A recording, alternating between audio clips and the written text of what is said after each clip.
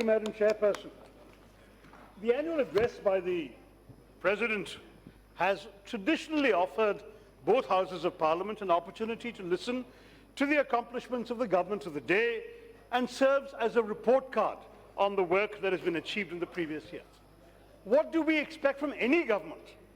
Security, development, conditions to promote growth and the well-being of the people, and to fulfill the aspirations of our young society. All of us in this House waited eagerly for an honest and comprehensive account of the challenges and success of this government in the last year, but we were sadly given an exercise in which facts gave way to fiction, an address whose soaring rhetoric was completely divorced from the abject reality of our country's social and economic situation, a concerted effort to mask the failures of the much-advertised flagship schemes of the present government, and an address where grandstanding and propaganda were deployed effectively to mask the way in which this present government has embraced failure, mediocrity, and a dearth of solutions and ideas to take India forward. But beyond all of these aspects that we are now used to from this government, the fact that the address failed to even speak of the constitutional and political crisis that our country is facing in the face of nationwide protests was not just disappointing, but an abdication of any moral responsibility by the ruling dispensation. There were, of course, the usual mentions and the expected omissions. There was the mention of India's progress on the Ease of Doing Business Index, and, of course, no mention of our alarming fall, shameful fall in the Democracy Index, in the Global Competitiveness Index, in the Peace Index, and even in the Press Freedom Index. There were the ample mentions of the illusory promise of a $5 trillion economy by 2024, but no mention of our lowest growth rate in 4 decades, or the alarming fall in private consumption, the rising inflation that's affecting all of us when we go to market, record unemployment, plummeting investments, or agricultural distress. You know that 5 trillion, I'm sure the Rashtrapati should have been informed, requires, according to every economist, 12% growth a year. Even our finance minister only claimed nominal growth in the future of 10%, of which you have to subtract inflation. The consumer price index in December 2019 was at 6.7%. 10 minus 6.7, 3.3% was our growth last month. You compare that to 12% and you realize 5 trillion is a pipe dream. And of course, there was the usual lip service paid to Skill India, Digital India, and Startup India, but no mention of Stand-Up India since you are so busy banning stand-up comedians, and no admission that your government's scheme should really be renamed Sit Down India, Shut Down India, and Shut Up India. To take just one example, Mr. Chairman, this government holds the world record for the largest number of internet shutdowns, and in Jammu and Kashmir, the longest communications blockade and internet suspension of any country in the world. Now, frankly, sir, the President was required to make extravagant claims about various government schemes in health and women's security, manufacturing, agriculture, fisheries, which are belied by official available facts and figures. There was absolutely no acknowledgement of the failure to achieve targets. There was no acknowledgement of the 27 protesters killed by the police, the mounting non-performing assets, the record pollution levels in our air and our water, the increasing assaults on women, the complete neglect of fisherfolk and coastal communities. Frankly, they are people devastated by natural calamities, hurricanes, floods, coastal erosion, and of course depleting fish stocks, and the government just randomly announces a target that bears no relation to reality and makes the President utter it. Then the prolonged detention of political leaders in Jammu and Kashmir, not mentioned. The dramatic increase in the number of infiltrations across the LOC since the 5th of August. Government figures not mentioned by the President. Fact is, everything from the decrease in defense allocations we heard from the finance minister, which are not even enough to match the rate of inflation, There's so many examples of poor governance by this government in the last year that it is very clear that their clarion call, recently quoted by an ally of theirs, of Sabka Saath, Sabka Vikas, Sabka Vishwas, honestly reminds me of what Napoleon said about the Holy Roman Empire, that it was neither holy nor Roman nor an empire. Na Sabka Saath hai, na Vikas hai, na Vishwas hai. All of these aspects pale in comparison with the larger crisis that is holding hostage the future of the India we cherish.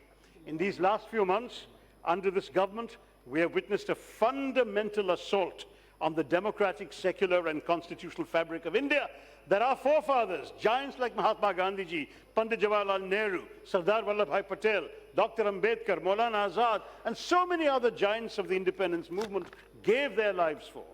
Even as they've driven the economy into the doldrums, the present ruling dispensation has become a tukde gang.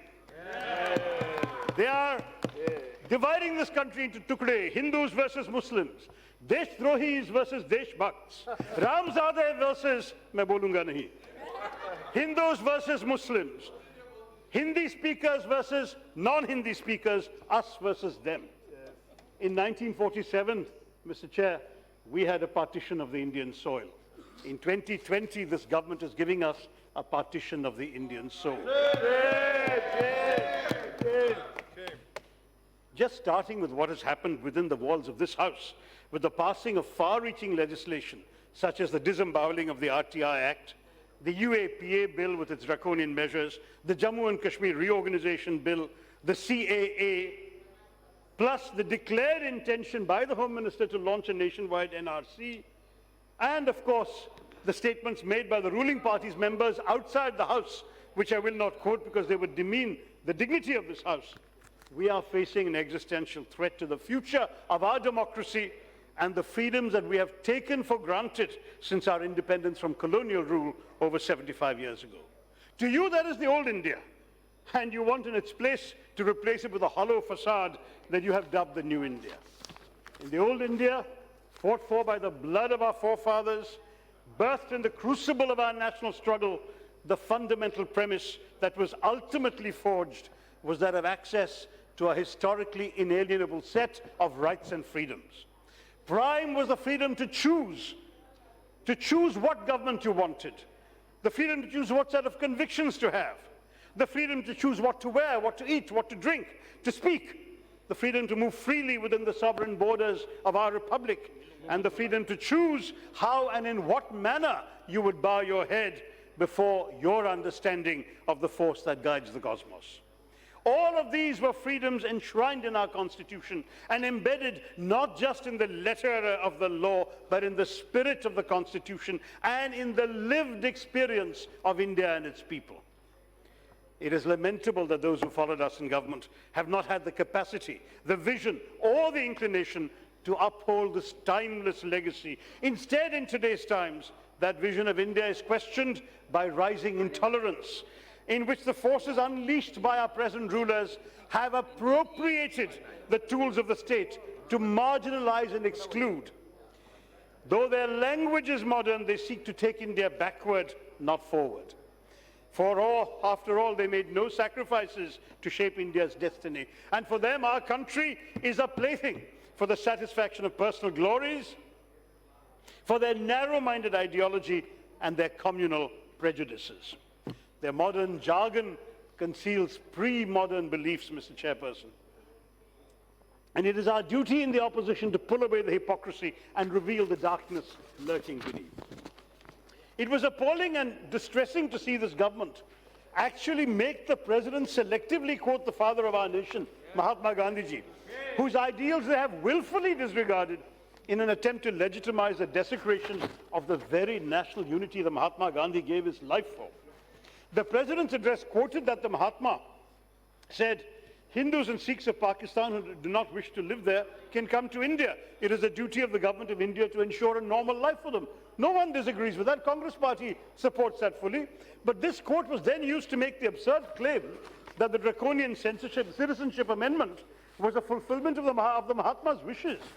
Now, by reproducing a line without its context Not only has the government misled the Rashtrapati about the Rashtrapita, but they have attempted yet another affront to a man who spent his lifetime advocating Hindu-Muslim unity, a man who fought till the very end to resist the idea that religion should determine nationhood, which is sadly the idea they have embraced. Frankly, sir, the President should have continued to quote Mahatma Gandhiji's words. He has said at the same time, to drive every Muslim from India would mean war and eternal ruin for the country. If such a suicidal policy is followed, it would spell the ruin of Hinduism in the Union. Good alone can beget good, Mahatma Gandhi said. Love breeds love. As for revenge, it behooves man to leave the evildoer in God's hands. The idea that India should only belong to Hindus is wrong. That way lies destruction. Destruction is the path you want to take us on. I'm anguished as I say these words, Mr. Chairman. Guided by the Mahatma, we in the Congress Party have historically committed ourselves to sustaining an idea of India that is fundamentally different from the thinking of those who rule us today. In keeping with that heritage, we are proud descendants of that heritage. Let me remind my friends and colleagues in the House, amidst these sobering times, it's easy to forget the value of ideas and our responsibility to commit ourselves to the power of ideas. But ideas are powerful. Ideas speak truth to power. They challenge the status quo. And ultimately, ideas have been responsible for taking our country out of darkness before and to a position of pride and greatness in the world, which is now sadly eroding under your rule. In these times, let us remember that our first Prime Minister, Pandit Jawaharlal Nehru, memorably noted, failure comes only when we forget our ideals and objectives and principles. This is why we in the Congress have always believed in an idea of India where the first and the last voice, the ones that resonate loudly and the ones that have been marginalized and discriminated against, are both equally important in determining the future of the country. We are the only party that has historically championed the principle that India is a land that belongs to all Indians, irrespective of caste, religion, region, language, socioeconomic status. Inclusive India for us is more than just a slogan. It is an aspiration, an objective, and a commitment. After all, as Nehruji also wrote, idealism is tomorrow's realism. It is our duty, even in this dark hour, to keep alive the flame of our national idealism.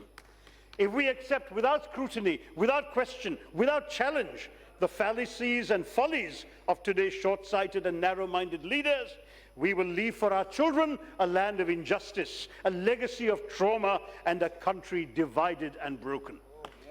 We have daunting battles to fight, Mr. Chairperson, against poverty, against malnutrition, against bigotry, against patriarchy, against illiteracy, against discrimination, but we must prevail in this greater struggle for the soul and the spirit of our nation. If the government continues down this very slippery slope, no matter how many leaders from history you borrow or whose name you seek to hijack, you will be exposed and history will see you for what you really are, men of straw with limited vision, unable to comprehend the great, diverse, united society you are meant to govern, not to divide and break up.